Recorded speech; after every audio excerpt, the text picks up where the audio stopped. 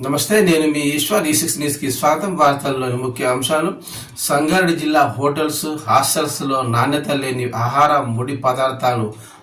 పదార్థాల్లో ఏదో ఒక రూపంలో కల్తీ జరుగుతున్నది. ఈ విషయం ఇటీవల అధికారులు చేపట్టిన తనిఖీల్లో వెలుగు చూసిన విషయం తెలిసిందే. ఓవైపు అధికారులు పర్యవేక్షణ కొరవడంతో ప్రజల ఆరోగ్యంపై తీవ్ర ప్రభావం చూపుతున్నది. ఈ నేపథ్యంలో ఆహార నాణ్యత విషయంలో మరింత కఠినంగా వ్యవహరించాలని సర్కార్ నిర్ణయించింది.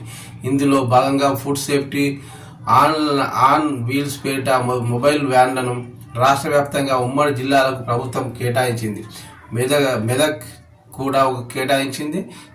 ఈ వాహనం సంగారెడ్డి జిల్లా కేంద్రానికి చేరుకుంది. ఈ వ్యాన్లో అక్కడికక్కడే ఆహార నాణ్యత నిర్ధారణ పరీక్షలు నిర్వహిస్తారు. హానికరం, నకిలీ, నాసిరకం ఇలా 3 రకాల ప్రమాణాలపై పరీక్షలు జరుపుతారు. కల్తీ ఉన్నట్టు గుర్తిస్తే అవగాహన చైతన్యం కలిగించి ముందస్తుగా హెచ్చరికలు జారీ చేస్తారు. మరోసారి పునరావృతం అయితే శాంపిళ్లు సేకరించి నిర్ధారణ కోసం ల్యాబ్కు పంపి వచ్చిన ఫలితాల ఆధారంగా ఉన్నత అధికారుల ఆదేశాల మేరకు జరిమానాలు విధిస్తారు.